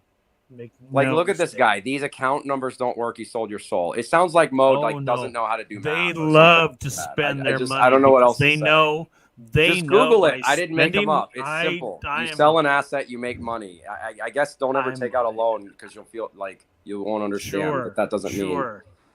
But Chelsea will. For all like 2 or 3 Chelsea fans out there, y'all gonna be very fine because. They'll be fine. It's a good club. He's going to spend money. He's going to spend your money. Well, it's also they'll be fine because the Premier League television contract's incredible. Exactly. Being a Premier League owner is just. Alan is making Naji look like a saint. I'm kind of intentionally trolling, guys. I'm kind of intentionally trolling, but we'll it's all good. I'm being a little bit of a dick on purpose. This isn't my real personality. Just trying to get under the skin. I'm being a little bit of a dick on just because I'm learning. Yeah. All joking aside, it is crazy. Like as a Barcelona fan, we don't love seeing our club sell things like this because it is a gamble. It is risky. Like even if it's a small percentage of our assets, like it's a fixed percent. So say it's worth 150 million today. In 5 years they renegotiate. That's 200 million. But 25% of 200 is 175. So we've actually given up a percentage, but the overall number goes up. So like we're making in 5 years what we were making today. That's another reason why they did a fixed percentage instead of a dollar amount. It's kind of clever, but it also like if you want to say, let's criticize Barcelona, something that we as fans really don't like, I would say the treatment of Frankie de Jong and the treatment of Suarez, the way that the other presidents have gotten rid of some of these guys has been really bad, like really fucking bad. Like my big criticism, and it's starting to turn around a little bit, is I think there was probably an underinvestment in La Masia, which is where exactly you guys didn't have to go to the transfer market. You guys had the best academy in the world, bar none. Bartomeu got us away from all that, dude. We definitely. You want to say that Barcelona sold their soul? Well, Bartomeu broke our soul. We are not selling it now to raise money, but we lost our identity a lot. Like, I remember when we put a sponsor on our shirt, man, that was a tough thing too. Like 06, 07, like there was a huge uproar for that. But what option do we? It's the same situation as today. We can either become Villarreal and never win it again, or how else is a club with no billionaire owner going to make enough money to when players like Anthony are getting bids rejected from Ajax for 90 million? Like, we cannot compete with that anymore with the way the world is. We can't even spend what Nottingham spends without being told that we're like, whatever. And this loan that Mo's talking about, we refinanced a Goldman Sachs loan for $595 million, 2%, boss. That ain't much money. That ain't much interest. Free money. That's just free money, man. That's that's literally just like nothing. So it's just, I'm not an accountant. I am a former investment banker. That's the other thing. These clubs get such favorable borrowing terms. Yeah, exactly. In Madrid's been doing it for ages, bro. Like, they've been borrowing from the Spanish government at like 0.5%. They, and it's the same thing with what PSG does, right? Like, oh, I want my airline to sponsor my shirt. What's that worth? Really, 20 million? Oh, we'll pay 50 million euros, 70 million euros. When like the next highest bidder doesn't exist, but if you own the airline that's sponsoring your club, you can just do that. Whereas Barcelona, we have to go to Spotify and actually get a fair market bid for them. So Lolo, did you catch that? We have to buy an airline that will sponsor us. You'll bug. I'll take you to the Camp Nou in 3 years when we win a Champions League, boss. You buy jet. I'll take you. Jesus Christ. When Pedri wins the Ballon d'Or, I'll take you, buddy. All right, guys. So we are going to play trivia tonight for the entire debt match. I'm out. And I'm going to hold them to it. Play for the entire debt of Barcelona. And Alan, you need to play trivia tonight. I know you ain't got shit else to do. So here I got to stream on Spotify. Put some money in the bank, bro. I'm just going to leave a playlist on repeat. No. Well, there you go. Leave the playlist on repeat. There was a break with the poem that you had to stream. You had to stream during that time. Mm. Oh, good Lord. All right, guys. Well, here we go. Let's get to it. This is Happy Hour Trivia. And here are today's categories. As you guys know, we have the Stoopers versus the Stoop Crew. And today it looks like all Stoopers on here until Ben shows up. So Ben's not showing up. He's gonna fucking wall it. We'll see how we're gonna do this. Today's categories are last week in the Prem, announcer anagrams. Arnie said what? LinkedIn, leading ladies, the Moan list. That sounds dirty. All right, Alan, since you are new to this, let's see. Chris, we're going to put you on the Stoop Crew. You will be on the Stoop Crew. No. Yeah, we need a Stoop Crew representative. And he has been one of our longest-running Stoop Crew members. No, he's a stooper. I know, but he pays his monthly dues. Chris, I love you. Right. I hate you. I love you. I hate you. I love you. But Your Alan, family. But you. Alan, let's have you Can I pick the first hat category. on when I answer for Stoopers, and then take my hat off when I answer for Stoop Crew? No, actually, Sure. I think you should shave and then grow back really fast. And for those of you in the comment section, if your name is in green and you have a little logo by your name, you are a member of the Stoop Crew. Thank you very much for your support. If your name is not in green, you are a member of the Stoopers. But you can change it to green if you hit that join button.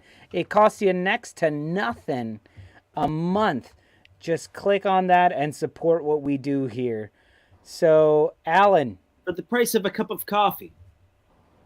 I don't know. Last week in the I don't watch the Premier League, but okay, Sally's brothers. We've been entertaining you all for like the last 3 seasons and doing our best at this, and we're finally gonna head to England and do a show in your backyard on a stoop somewhere, or maybe as you might call it, the stairs. So, hey, if you don't mind, you got a couple of extra pounds, lira, kroner, euros, just kick them our way because this is expensive and oh fuck, it's a once in a lifetime thing and we can use some help. So if you wanna just like kick a few bucks to remember all the good times you've had with us, I don't know what I'm saying. I'm terrible. We need to buy an airline.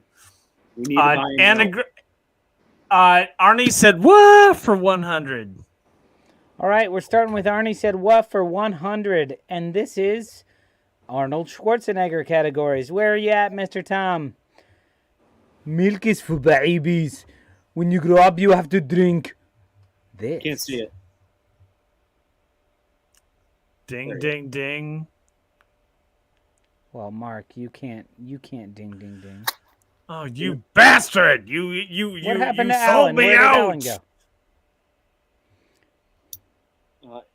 And then ding, ding, ding. Chris? Kindergarten Cop. No, you have to drink what? Oh, I have to drink. Oh, Jimmy got it with Guinness. It's beer. Beer is the answer. Now I get it. All right, but your team got the points, Chris. So let's see. What's the next category, Chris? Let's do LinkedIn for 400. LinkedIn is all about players who are linked with other clubs. Manchester City have laughed off a £59 million pound bid from PSG for this fella, who doesn't even start every match. Ding, ding, ding. Chris. Kyle Walker? No. Ding, ding, ding. Oh, shit. Mark. Bernardo Silva. It is Bernardo Silva. Matthew Burgess got that as well. So did Mo Master. Hey, all you motherfuckers out there. Last year, could I answer that? All right, Mark. Leading Ladies 100. This is all about chicks who are the lead ladies. singers of bands. Marked by leading lady Marie Fredrikson's gorgeous voice, this Swedish band had hits like Must Have Been Love and Listen to Your Heart, dotting prom dances for decades. Swedish. Must have been love, but it's over now.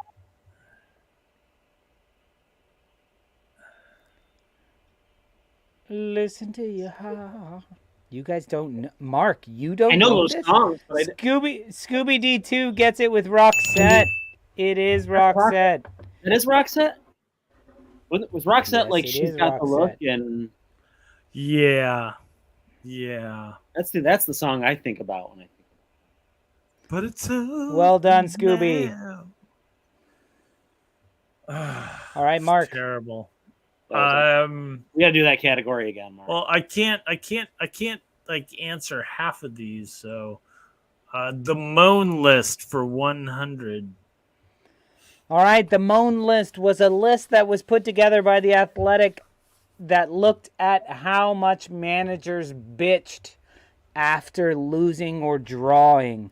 So this list is the actual amount that managers were bitching. So what did you say, 200? 100. 100.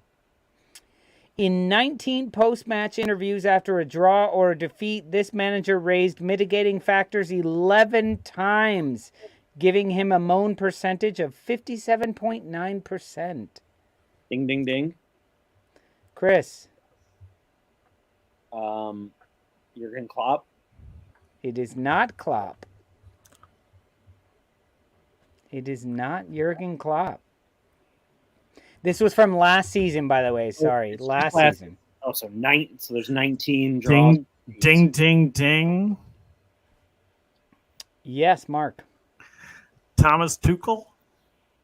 It was the bitchiest of all bitchers, Thomas Tuchel. And Jimmy Bremer's Ghost got it before everybody. Tin Pot Thomas Tuchel. Oh, fuck you, Bremner.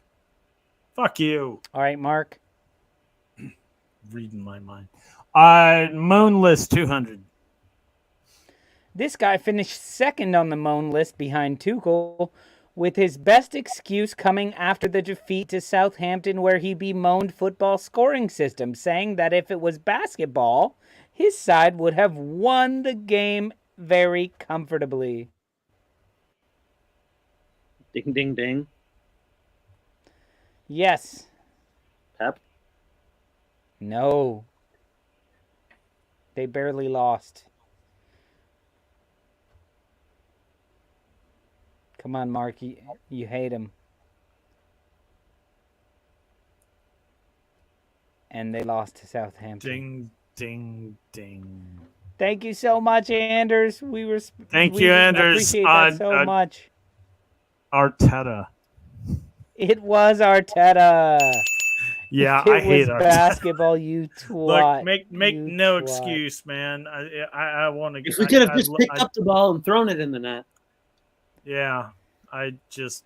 All right, Mark. Moan list 300. This manager has built a reputation for blaming external factors after a loss, including the wind, the dryness of the pitch, and TV broadcaster conspiracies. However, he's 12th on the moan list. Ding, ding, ding. Mark? Jose Mourinho. No. This is Premier League last season, right? Yep. Ding, ding, ding. Jameson gets it correct with Jurgen Klopp. That's points for I remember the Stoopers. dryness one. Yeah. And Bremer got it as well. Clippity clop, clippity clop. All right, Mark, it's still your board. Moan list 400. Last season, these two managers of the same club combined to have the least amount of complaints in their post-match interviews. Ding, ding, ding. The least. Yes, Chris. Nuno Espirito Santo and Antonio Conte? No. Oh, I like that. Matthew Burgess gets it correct with Bielsa and Marsh. It was Leeds United. And Carol Gunny got it as well. Well done there. All right, Mark, it's still on you. Moan list 500. Burning through the category. Out of all the excuses given by managers, this one factor was blamed more often than any other, as per the moan list. Ding, ding, ding. Mark. VAR. No. Fuck you, I'm right. That's going to be my answer. You're trying to cheat me, you bastard. I want these 500 points because there's no Stoop Crew people. Matthew out Burgess there got it today. correct with referees. It is the referees, and Mark, he's on your team, so you got that. The referees. Because it wasn't only VAR, the on-field refs were terrible as well. And Mo Master is on the moan list saying that the questions are so vague. So there's negative 400 points for your team, Mark. Last week, Mo Master, you asked me why I hated you. This is why. This is why, Mo Master. Yeah. Let's finish that category, Mo Master. Pay attention. Last season, this month had the highest amount of complaints by managers after a loss or a draw. this month. Ding. Chris. I'm going to go December because of the winter schedule. It was December. Well done. Sneaking in 600 big points for the Stoop Crew. All right, Chris. We gotta do more leading ladies to make up for that last one. 200. One cannot discuss 80s British synth pop without acknowledging the impact of the Eurythmics, led by this badass chick. Ding. Chris. Annie Lennox. It was Annie Lennox. All right, let's do LinkedIn for 300. LinkedIn for 300. Matthew Burgess also got Annie Lennox, just a little bit behind. Not sure about this, but I heard Naby Keita could head over to Dortmund in a swap for this England international. Ding. Chris. Jude Bellingham. It is Jude Bellingham.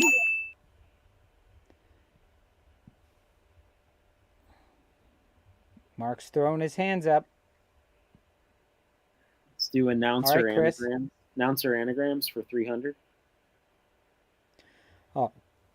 All right, we will give you the anagram. You will name the commentary person, the announcer. Acid harms rich.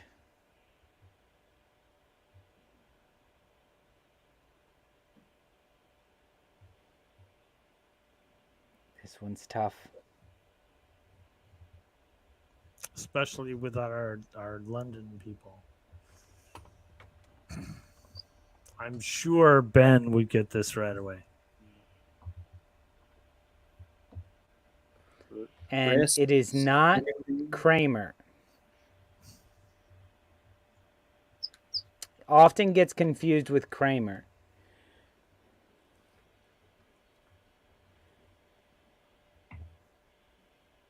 Mark Richards. So I'm going to give it to James Reed for Richards. He got Micah Richards. Micah Richards. Micah Jesus. Richards. I'm just looking for a name in there. Yeah, that was tough. James Reed got it. There you go. All right, Mark. Leading ladies for 300. Shirley Manson's alt-rock project was one of the genre's biggest success stories in the second half of the 90s, with singles like I Think I'm Paranoid and Only Happy When It Rains. Ding. Oh, Chris. Oh, fuck you, Chris. It was garbage. Matthew Burgess snuck in there as well. I toured with garbage for a year. I was going to ask you to name. I really wanted to get that one right. Butch Vig is the drummer. He produced Nevermind and Gish. Yes, he did. All right. Chris. Let's do some more leading ladies. Go down the list. Got to catch up. Between 1979 and 2008, the Pretenders, led by this lady, were one of the most consistent names in rock, never going more than 5 years without releasing an album. Ding. Chrissy Hind. You are correct. Mark. I thought this was your category. And he's going to fucking just shut up. Yeah. You're not ding. That Jersey connection. I thought I said ding. All right, Chris. I guess you LinkedIn for 500. You did. LinkedIn 500. Sticking with midfielders, Manchester United have been asked by Real Madrid if they want to sign this Spaniard for $26 million. Would have been a better offer in 2017. Ding. Chris? Marcus Asensio. You are correct. It is Asensio. Where you at, Mo Master? At this point, the questions just aren't even fair. I am never going to get that. He seems to be doing very well with this. You crushed that moan list category. Yeah. Last week in the Prem for 100. All right, Chris. We're going with Arnie said what? There you go. Last week in the Prem for 100. Wolverhampton FC lost to Tottenham. marked their 10th straight game without a win, dating back to last season after a 2-1 win over this squad. That's Ding, rough. ding, ding. That's 100. The Leeds? It was not.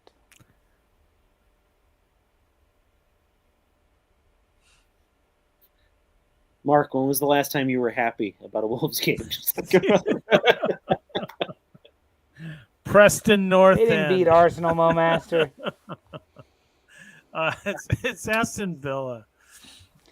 James Reed got it correct. James with Villa. Reed. He's got the Google out. All right, last week in the Prem for 200. In their loss to Man United, Liverpool has failed to win in their first 3 matches to start a Premier League season since this world leader started his second term. Oh, wow. Chris? Ding, ding. Ding, ding, ding. Great. Barack Obama? You are correct. It is Barack Obama. Reagan. George Bush. George Bush is a little bit better. Trump. When was the second term? Student All leading right, Wondering Chris. about what Bremer said. Like Bremer said, I was last happy in 1923. How old do you think? Am I like the portrait of the oh, Jesus Christ? Dorian Gray. I'm not. Thank you. I'm not the Dorian portrait Gray? of Jesus Christ, Portrait or picture? but the portrait of Dorian Gray. Dorian no. Gray, not Jesus Christ. Jesus. No, Christ. I couldn't remember, and I said Jesus All right, Christ. leading ladies for Roll 500. the tape. Jesus. This leading Christ. lady possessed one of the most memorable voices of the mid-90s, and she put it to good use as the leader of the Irish pop rock act, the Cranberries. Ding, ding, ding. Ding, ding, ding. Mark.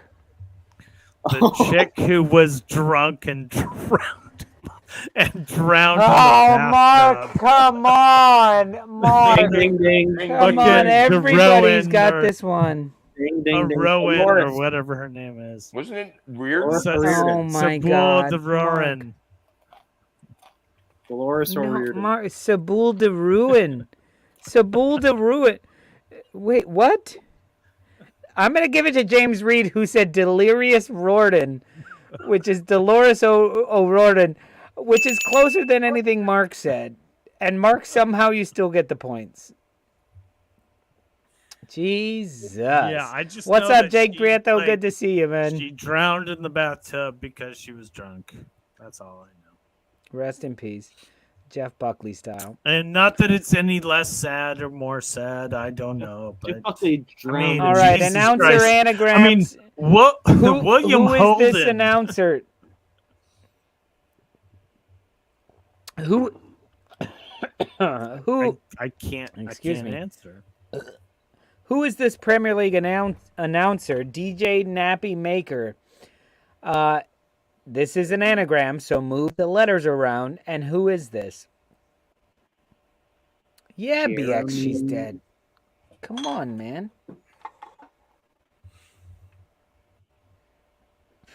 With their guns and their bombs and their tanks. BX and Gunner their is guns not exactly in Mr. our Current head, Offense. in our head. They current are fighting. events, is he? Jeremy Patton? Stop. Jeremy Pattern is correct. It is also Jamie Redknapp, but I'm going to give you the points because you're not going to get it. Announcer anagrams for 200. A gruesomeness. Oh, that's perfect for this guy. Ding, ding, ding. Chris. Graham Souness? Yes, you got it correct. Oh, goodness. Close out leading ladies. Internet is shit. Leading Ladies for 600. This band's first major hit in 2009 drove much of the world insane as it became one of the most flash mobbed songs in the world. Thank God those dog days are over. Ding, ding, ding. Chris? Amy Winehouse? No. She was dead by then. By 09? No. James Reed got it correct. James Reed is keeping Mark alive in this game with Florence and the Machine. Literally, the song was called Dog Days Are Over. I have no idea why we're playing trivia at this point, because it's just me and Chris, and I've written half of them. And I think that we're almost at the half these guys that are I've killing written. You know. Yeah, because you guys are all going through mine. All right, Arnie said what for 200? Just remember, you can't climb the ladder of success without these things in your pockets. What are these? Ding, ding, ding. Something you can't climb a ladder with if they're in your pockets. Chris. Can't climb a ladder. Ding, ding. You already ding, ding, dinged. Coins. If your balls are in your pocket. No, Matthew Burgess gets it correct. Matthew Burgess got it, yeah. Your hands in your pocket. It is hard to climb a ladder with your hands in your pockets. Arnie said what for 300? I went from being the Terminator to being this.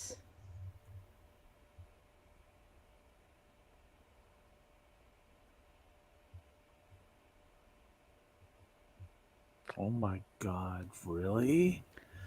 He's not the Terminator. He became the Chris.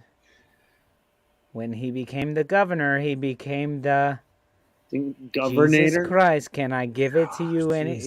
Fucking hell. I'm giving you 150 points for that. I'm gonna give Mark some points for that because you don't deserve them. Okay. Rob G got it correct. There you go. There you go. All right, we're going with announcer anagrams for 400. Norbathor. Which announcer would this be an anagram for his name? Norbathor.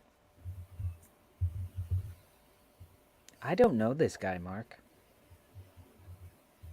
Well, if there were, first name is Rob.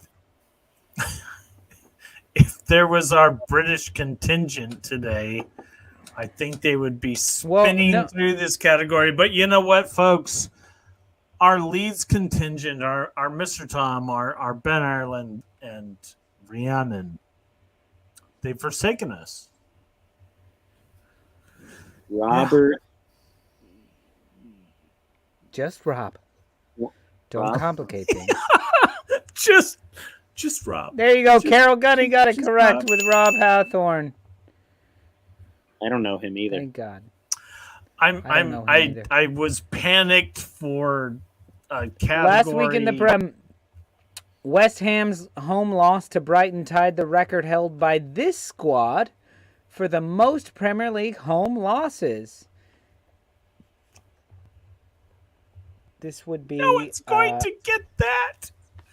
The same one that beat Wolves.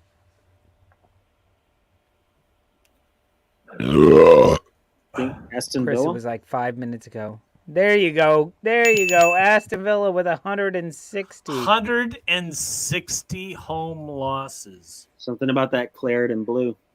That is just ridiculous. All right. Announcer anagrams. Pured tire. This one's a little bit easier, I think.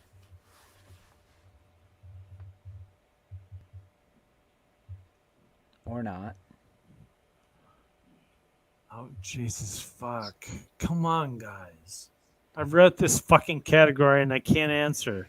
It's the problem obvious is, Mark, to me. when we've been drinking for an hour and 45 minutes, like hardcore.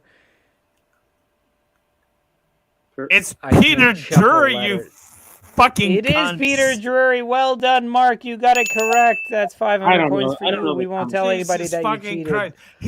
His voice, and when you I'm just see waiting for Carol Arlo Gunny White. got it for the correct, and very Matthew first Burgess got it time. correct.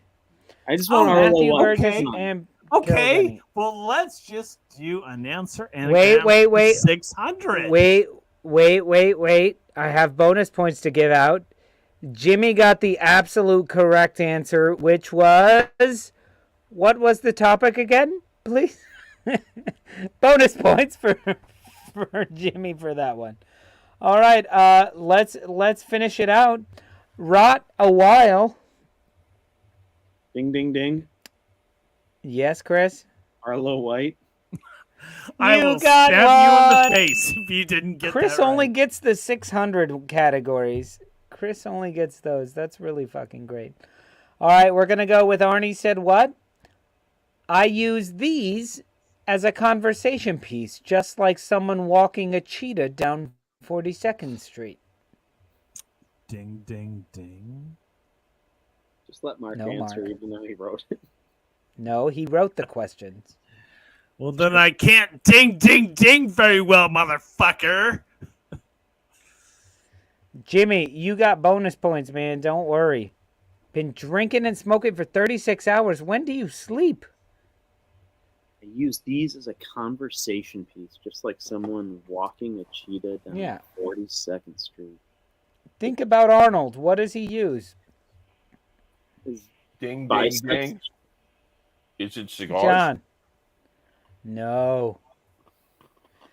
I'm going to give it to Matthew Burgess for biceps. It's his muscles. All right, Arnie said what for 500? I just want to like maybe try and remember the days when Arnold compared his muscles to someone walking a cheetah down 42nd Street.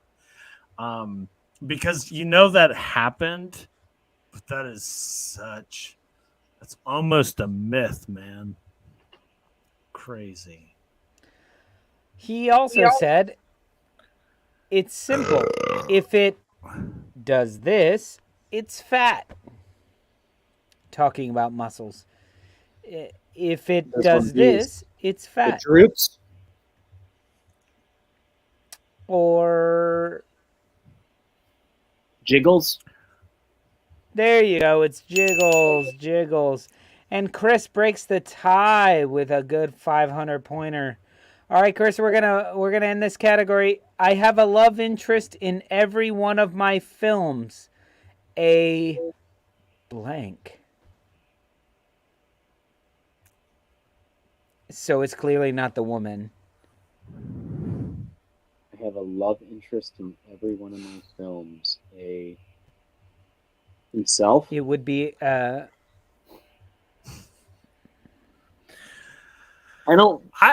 would give Chris points for that answer right there. Just my love interest is myself. It was double-barreled in Terminator 2. My gun? Bang bang. A gun. Down. You are correct with a gun. Someone okay, last week is in the Prem for correct. 400. Fulham's 3-2 win against Brentford marked the first home win in a London derby since they beat West Ham with this skipper. Oh, Mark. Oh God, I wrote this for Chris, man. Just West answer. Ham. Since they beat West Ham with this skipper. Oh, I should have put the year. 1922. Let's just roll over. You are this. correct, I Chris, with not knowing it. I should have put the year. I was in a rush Kalidou when I wrote Koulibaly the... is no stranger to the red card he received in Chelsea's 3-0 loss to Leeds United, having been shown red this many times while with Napoli. Ding, ding, ding. 4? Chris. No. 4?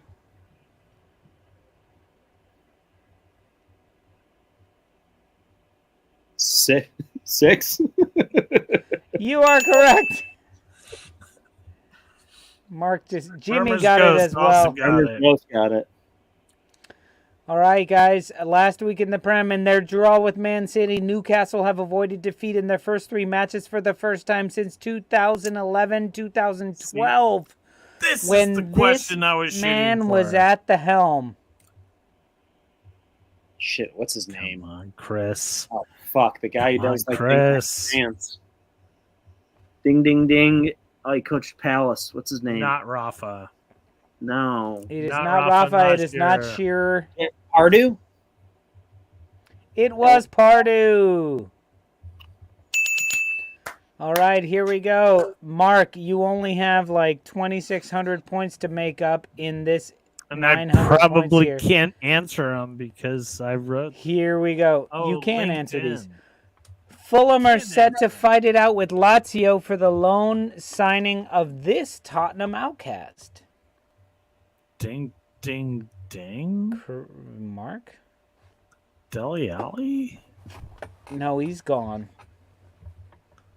To find out what Lazio. But no. It's not Aurelio. Tottenham. Ding, ding, ding. Oh, ding, ding, ding. Chris? I'll let Mark go. Mark? Human son. Oh. Matthew Burgess gets it correct, and somehow Mark gets the points for Sergio Reguilon. Oh my All God, right. that's just hysterical. Last season, some Arsenal fans were hoping for Gini Wijnaldum. However, his early season injury actually has Mourinho eyeing this Arsenal player. Ding, ding, ding. Ding, ding, Chris. ding. Wait, his Granit Xhaka? Nope. Ding, ding, that ding. was in the past, but no, this is a current one. He is not a starter for Arsenal right now. Ding, ding, ding. Yes, Mark. Reece Nelson. No, Reece Nelson is hurt. He's And on the bench for every early game season injury. from Wijnaldum. Wijnaldum's early season injury. Matthew Burgess keeping Mark alive with Sambi Lakonga. It is Sambi Lakonga. And Mark, you were just he's within terrible. striking distance of Chris for this final question. Somehow, I don't know how those points worked out, but they did. Final question of the evening, guys. Here we go. Chelsea are considering offering up to £60 million for Anthony Gordon. Why so much? Ding, ding, ding. Ding, ding, ding. Chris and Mark at the same time. They got to spend He'll the money. eventually grow into his haircut. No, you're both wrong. Ding, ding, Because ding. they love Fat Mark. Frank. It's half as much as he'll spend on his acne cream. No, you're wrong. Good answer, but no. Oh, damn it. Ding, ding, ding. They're in cahoots with Frank Lampard. No, you're wrong. Ding, ding, ding. He would like to appear in a horror film and go and be killed first. I'll give you bonus points for that, but no. You are now tied. Jimmy says ding, Gordon is the ding. CEO of Gordon Gym. Possibly. Ding, ding, ding. He will have a much bigger payroll from a sponsor when he becomes the face of Gordon's Fisherman Fish Sticks. It's because he's English. It is because he's British. That is correct. And Chris takes the win with the final one. I gave you the answer earlier in the night. You know it. You know it. Stoop Crew with the win. I have no reason to be alive now. That's it. Yep, that's correct. That's it. Well, guys, this was a great happy hour. Do you guys have any more football that you need to discuss tonight? We better be Bournemouth tomorrow. You know, I stupidly put it out on. Oh, look at here. We have this weekend's roster schedule. Your club aside, what's the most exciting match on this week? Brighton Leeds, easy. Brighton Leeds. All the rest are kind of like, I don't know. To me, Brighton and Leeds are two that could go fucking any way. But they're both two clubs who have good shit going on. Wolves, Newcastle should be good. Wolves, Newcastle can be good. It can also be very, very boring. But for me, I think City and Palace could prove to be a very, very fun game to watch. Because Palace is proven to be a tough out. Yeah. I think maybe City being at home makes it a little easier, but I like that Palace squad. I do too. I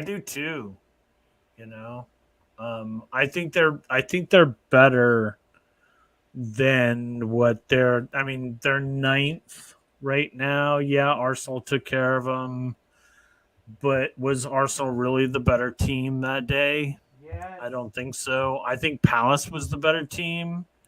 And so I will do this. I will give my if Brighton leads or how's a better team lose 2-0? Hold on. City Palace being a match I want to watch.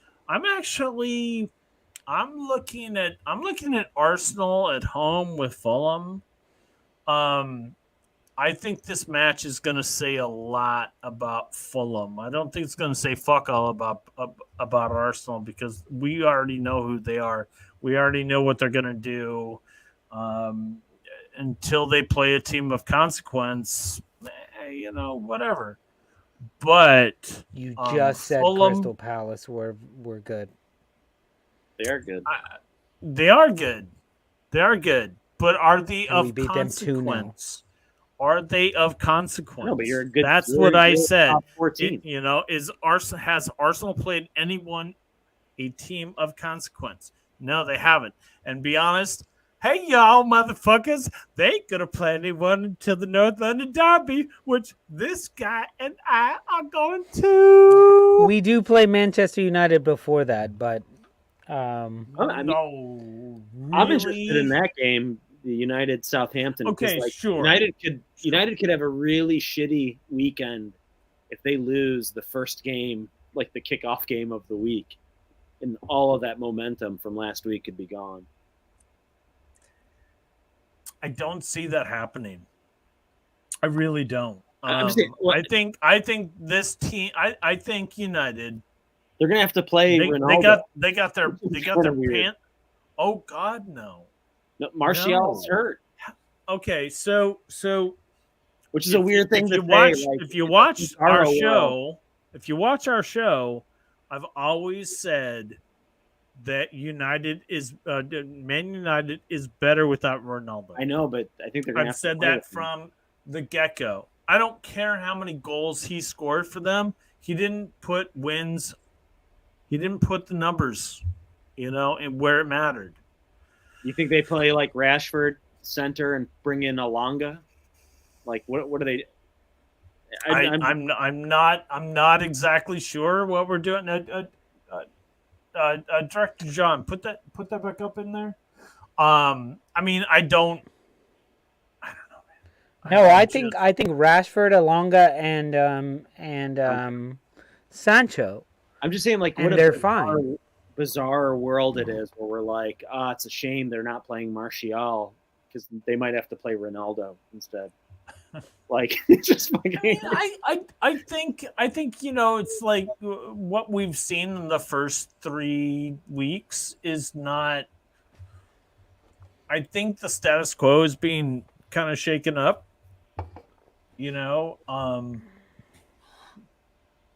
I think that we're going to see teams that are going to that no one would expect in that top four are going to hang around for a little bit, and someone could play a spoiler.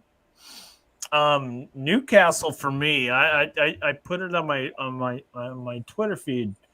Them signing Alexander Isak, to me is like that's a game changer, and they fucking drew with fucking City. I think that's a very, very good pickup. Yeah. Could be.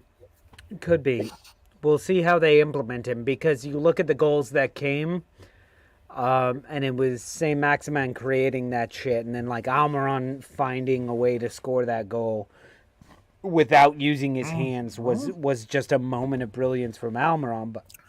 But and Almiron is like going Ishak to take a feed Callum from Wilson. Maximin and fucking get it into either Calvin Wilson, who's hurt right now. So I think we're going to see Isak a little sooner than not. But like, there's so many options in the front three.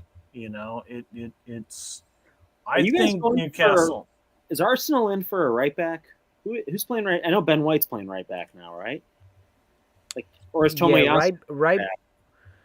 Right back is Tomiyasu. It's Ben White right now. The way that we're playing, because we're playing this. It's Ben White and Zinchenko. We're playing Zinchenko runs free on the left. His whole stinko. And Ben White comes over.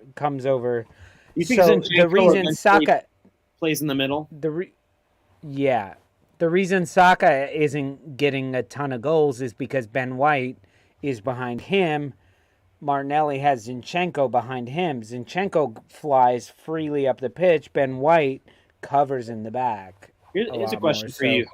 Do you guys take Europa League very seriously because you can win it, or do you not chance it and really try to focus? I think Arteta answered that question today very well. He said you take it game by game and you see where you're at. So by the time Europa League becomes serious, we'll already know how serious we are in the league. So, but I do believe that we've got a lot more depth than we had before. So it's not going to be a one or the other. It's not going to be a West Ham type of thing where I mean, we bench Zinchenko and play Kieran Tierney. That's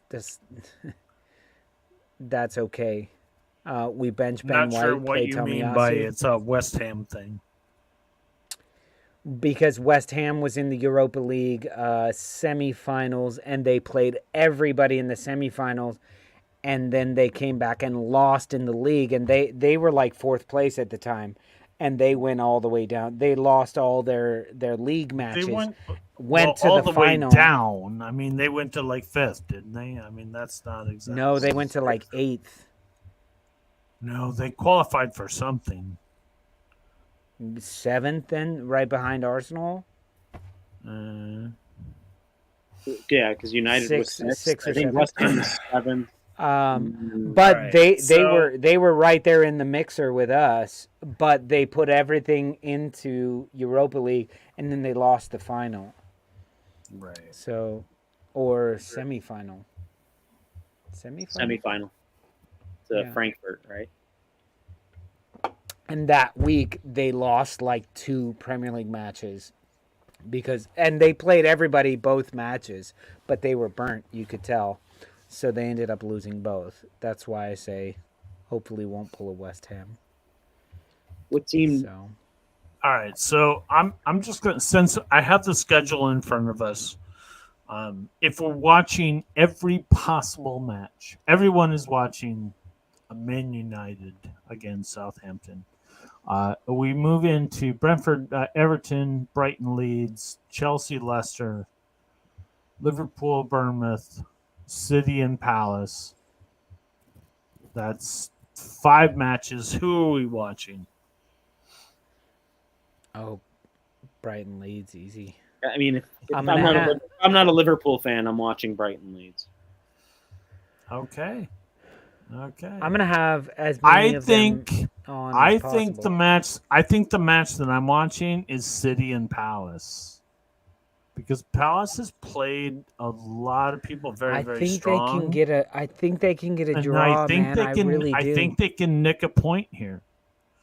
You know, I'm not looking for a point, but I think if it's in London, they can get a point. City and Newcastle was so fun to watch that I just might watch this one, because I think Palace is kind of on par with Newcastle. I thought Arsenal were at 10 a.m. What? No, they were always going to be where they are. You should get used to that. I don't know what that comment means. I don't even know what that means either. Villa, West Ham, Wolves, Newcastle. Y'all know what I'm watching. I can't wait for Leicester to beat Chelsea. Leicester's going to beat Chelsea. Just watch. Oh, no. Leicester's not at home. No. They're so bad, but they're going to beat. No. It's going to be like the team with no striker versus the team with no goalie. No. No. No, but handbags is still not going to. That's not going to be a night. That's going to be Leeds played way above their heads, and they beat Chelsea. And Chelsea is a team that is doesn't really have an identity right now. You know, they haven't quite figured it out. You look at the team down the table. I mean, last year, City in week 3 was like 15th. There will be a course correction. There are going to be teams that are not going to be so great, who are riding high right now. I've talked a little shit in the first 3 weeks of the season, claiming that Arsenal has not played anyone. You played Palace, they're 9th. You played Leicester, they're way down there. You played Bournemouth, who is quite possibly the worst team in the league. But you got Fulham. Coming up, who drew with Liverpool, who beat Brentford, and drew with who else? Anyone? Without checking. And so what I'm wondering is is it a thing? Could it happen that Arsenal might get a little bit of a hiccup with Fulham? Their draw was with Wolves. I think it could be. I think it'd be the type of game where they're challenged, and maybe it's a draw for a little bit. But Arsenal, I think Arsenal wins, even if it's a good match on Fulham's part. I think Fulham gives us a much bigger challenge than Bournemouth. So what you're saying is that Fulham is not who we think they are, given that they've got they are, but Arsenal is also who you think they are, and they're also at home. That's the difference. A better club, no. And the difference between this Arsenal and last year's Arsenal is that they've got. Honestly, they've just got more grit. They've got Jesus and Zinchenko. They're winners. They bring a winning mentality to that team. Absolutely, completely agree. And fucking Saliba is playing with anger, and because he probably wanted to play last year, and I think No. I mean, if there is a squad, and I just want to preface this by saying, Matt Kantak, if you're watching right now, I'm about ready to say something nice about Arsenal. And what I want to say is that you guys made the best transfers. You made the perfect fits.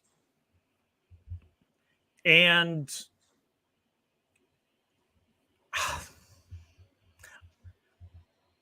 I, as a neutral, don't give a fuck about Arsenal.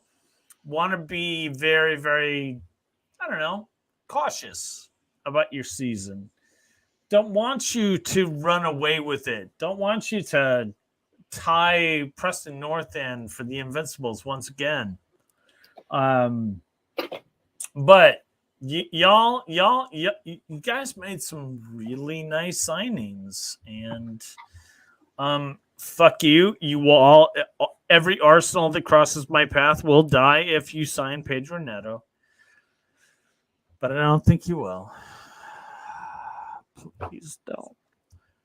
Anyway, all I'm saying is that Arsenal Fulham could prove to be a bit of an interesting match. You know? Mark, Fulham is definitely a bigger challenge than Bournemouth, I would say. They're not the slouch upstart, championship team that you may think you're just going to run over. Clearly, they've shown that. I mean, they beat. Oh, I don't think they've clearly shown anything. It's 3 games in, 3 matches into the season. Yeah, but they scored 2 goals against Liverpool. Liverpool had to come back to draw with them. They drew with Wolves 0-0. And then they beat Brentford. Brentford is solid. But they put 3 goals up against Brentford. So, the downside is that they gave up 2 goals in 2 different matches. In 2 of the 3 matches, they gave up 2 goals. So they can be scored against. And are we Arsenal? Are we better than Brentford? Yes. Are we better than Wolves? Yes. Are we better than Liverpool right now? Yes. So I agree with Chris. I agree with Chris saying that how you can say it will be a good match, but these teams. I mean, because right now, clearly, Mark, looking at it clearly, yes. Other seasons, no. But right now, not looking at like we're going to win the league, looking at it right now, these 3 matches, which teams have been able to field the same starting 11 from preseason to the 4th match of the season? Who's starting the same 11? Who? Arsenal. It's about goddamn time. Exactly. So that's why I'm saying, are we a better team than those teams? Yeah. Absolutely. Right now, absolutely. But absolutely. You've played the teams you Mark, played it doesn't matter.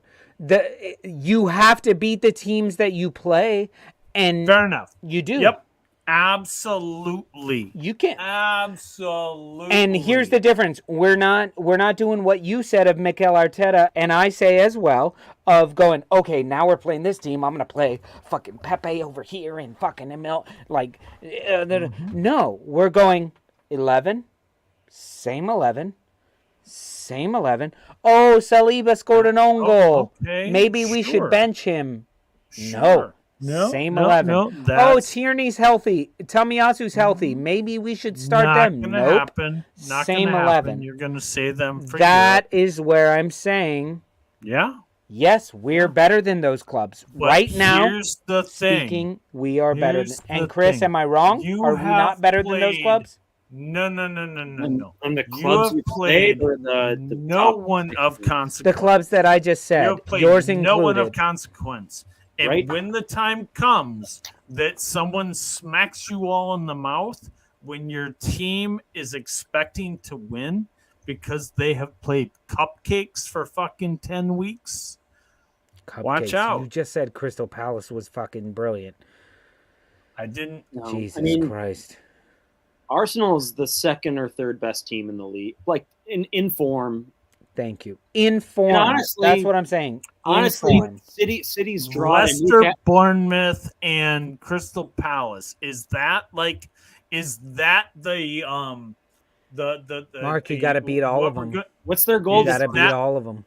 You got to beat all of them. It's not like they're sneaking by. What I'm saying is, last year's team, as enjoyable as that they were, there was still like a naivete about them that is just Right. doesn't look like that's why they didn't get in the top 4 last year. I just think Jesus and Zinchenko and Saliba. It does bring a winning attitude to the squad, and it is scary. It is absolutely scary. Yeah, I mean, last year was a success, even though we thought they were going to be in the top 4 and finished 5th. This year, anything success because we were terrible to begin with. Yeah, I mean, this year, if you don't finish top 4, it's like you got to be really angry. Fail.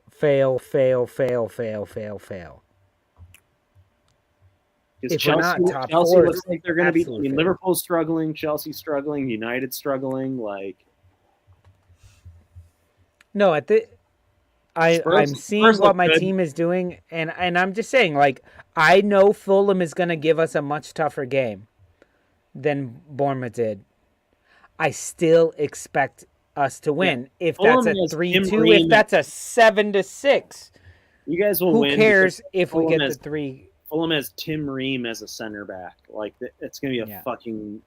But they have Leno as a keeper. That's the tricky part. I don't know anything about Fulham, but I do know that they are having a bit of success. And whatever happens in this match, it's going to say more about Fulham than it is going to be about Arsenal.